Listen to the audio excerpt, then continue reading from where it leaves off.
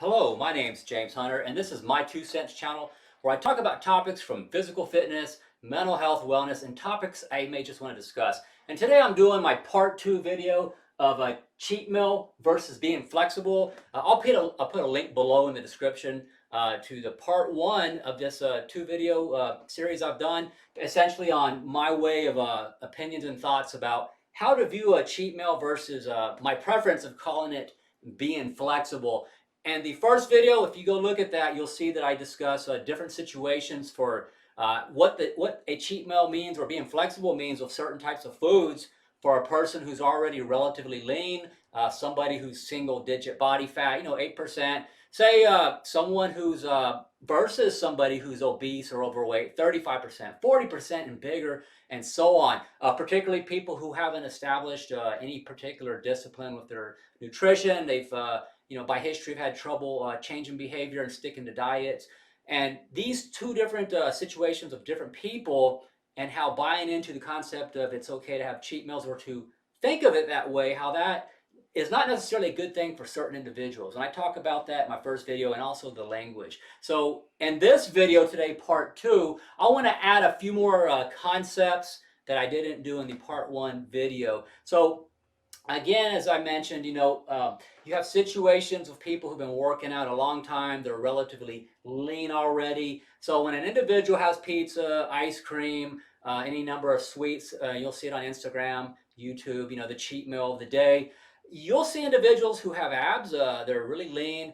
Individuals from this standpoint are pretty much like a football team that's ahead 10 touchdowns against another team, and there's only 10 seconds on the clock. They got the game won, so they can put in the worst players and they're still going to win the game, right? So people who are this far ahead of being lean, if they eat an entire large pizza and have a bowl of ice cream on a Saturday for a huge this splurge in the afternoon, they're going to pretty much be able to absorb that, and they will be okay as long as they eat, get back to their regular eating during the rest of the week, eating clean and so on. So these are different situations. People who, however, who are not already relatively lean, who are obese, overweight, up to 40% body fat. I'm talking really obese people. You can, heck, even 35% down to the 30 range.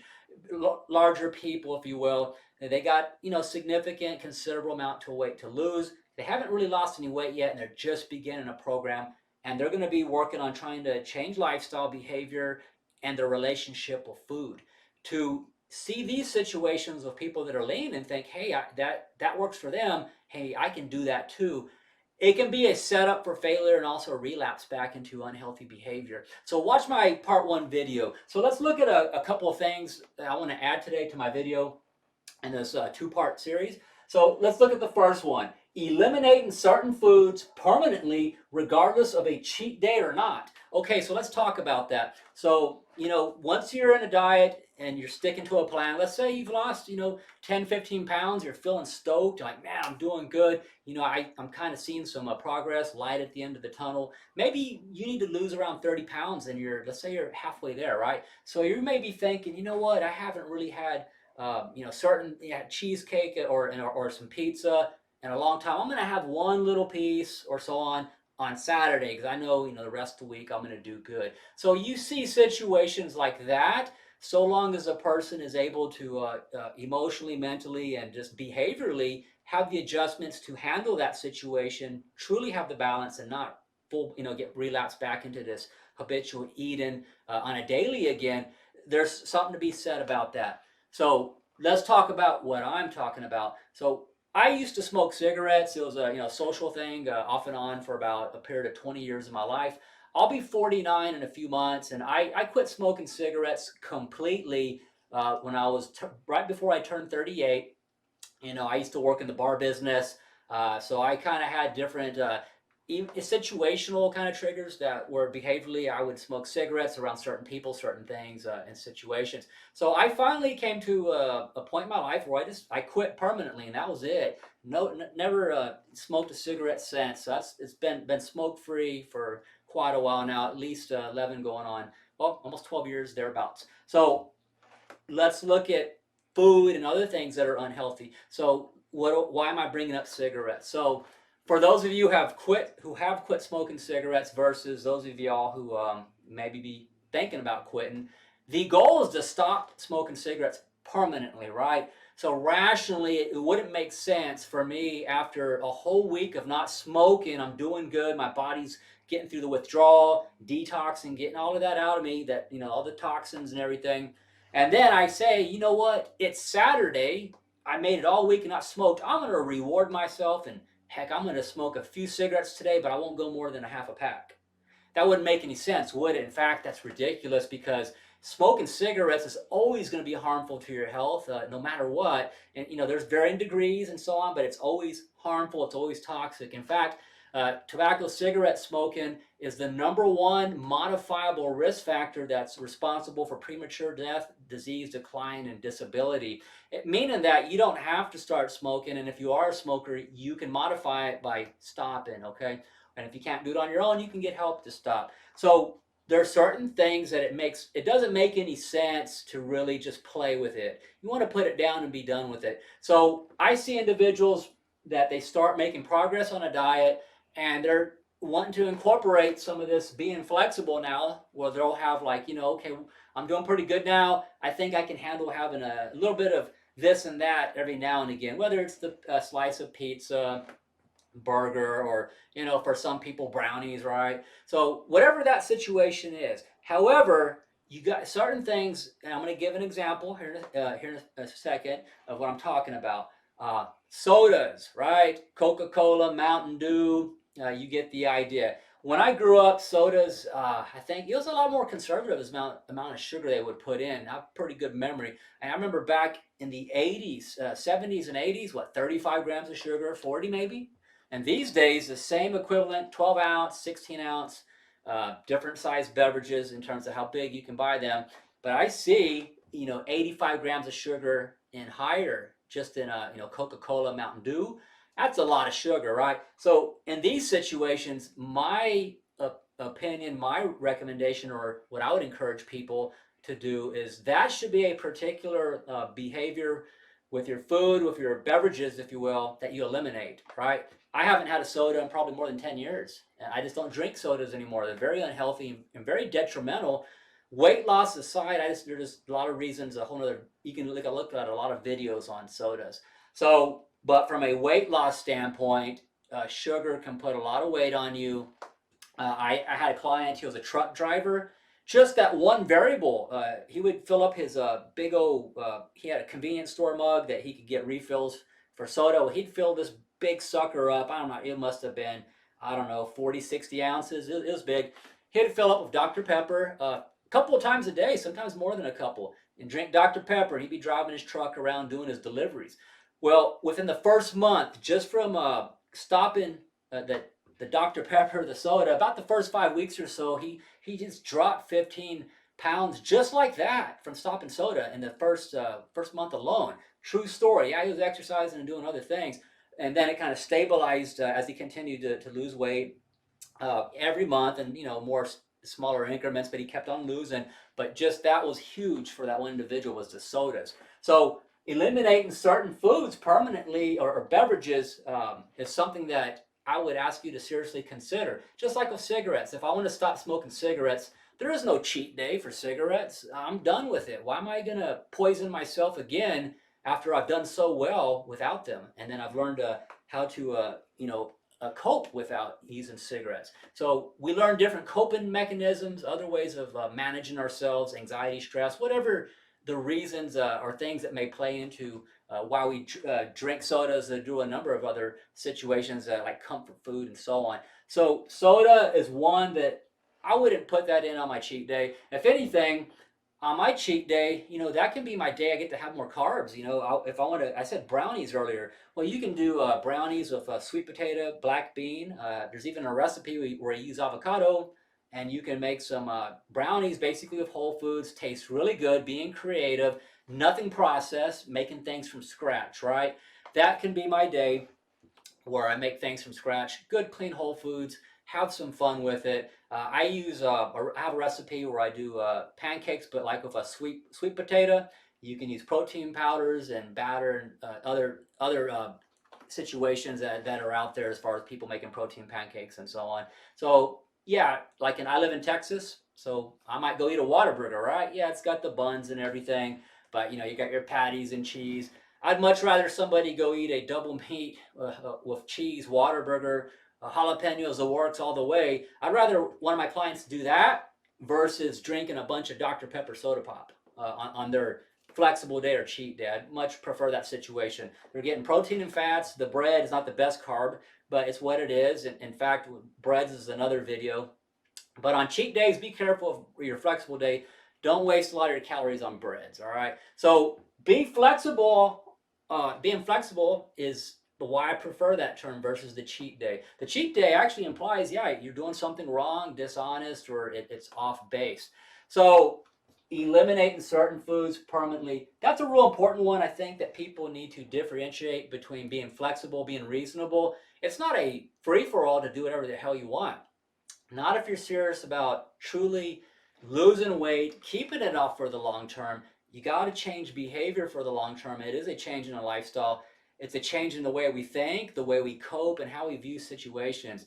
It can be real tricky because we can use things as permission statements to give us, to rationalize or justification to do unhealthy things. And that's why my first video, I talk about that in the cheat meal language versus thinking about it as being more flexible. So sugar, sodas, stuff like that's a big one. I wouldn't really do processed foods, things that are just gonna be a situation, stuff coming out of cans and stuff like that for your cheat day. In other words, I think you get the idea to keep it whole foods, keep it clean, make it something that you enjoy, but you want quality calories. And I think really, I probably should just do a separate video on certain types of things, what constitutes better choices, processed foods versus whole food and so on. There's a lot of videos on different recipes too for good, good things that taste good that I personally view as a treat. Much better solution. And again, I gave the example of the burger in Texas, Whataburger. You can do something like that. Much better situation. All right, so let's move down here. So flexible, or for those who still use a cheat meal, right? That concept or term. It's a meal, a cheat meal. It's not cheat meals all day long, right? So here's another thing I see of people. They will get into, or this is an all-day thing. It's kind of like friends that I have that when it's their birthday, it's not a birthday, it's like a birth week. They want to have their birthday all week long and milk it for as long as they can, right? They want to go out every night. They want you to take them out or, whatever and whatever. I have friends like that. So, and, that's a whole other story. So, all right. So pick that one meal in your flexible day. So if you are doing well, if you just started, you haven't lost any weight yet, try to be adherent at least a few weeks. And then, maybe the end of the month, like, hey, I've lost a few pounds. Get some momentum going. It's kind of like the snowball, right? Build it up, get some momentum, and get strong. As you're moving forward and we're incorporating this, think of the lunchtime, noon, right? Because then you still have the rest of the day where you're going to probably be more active.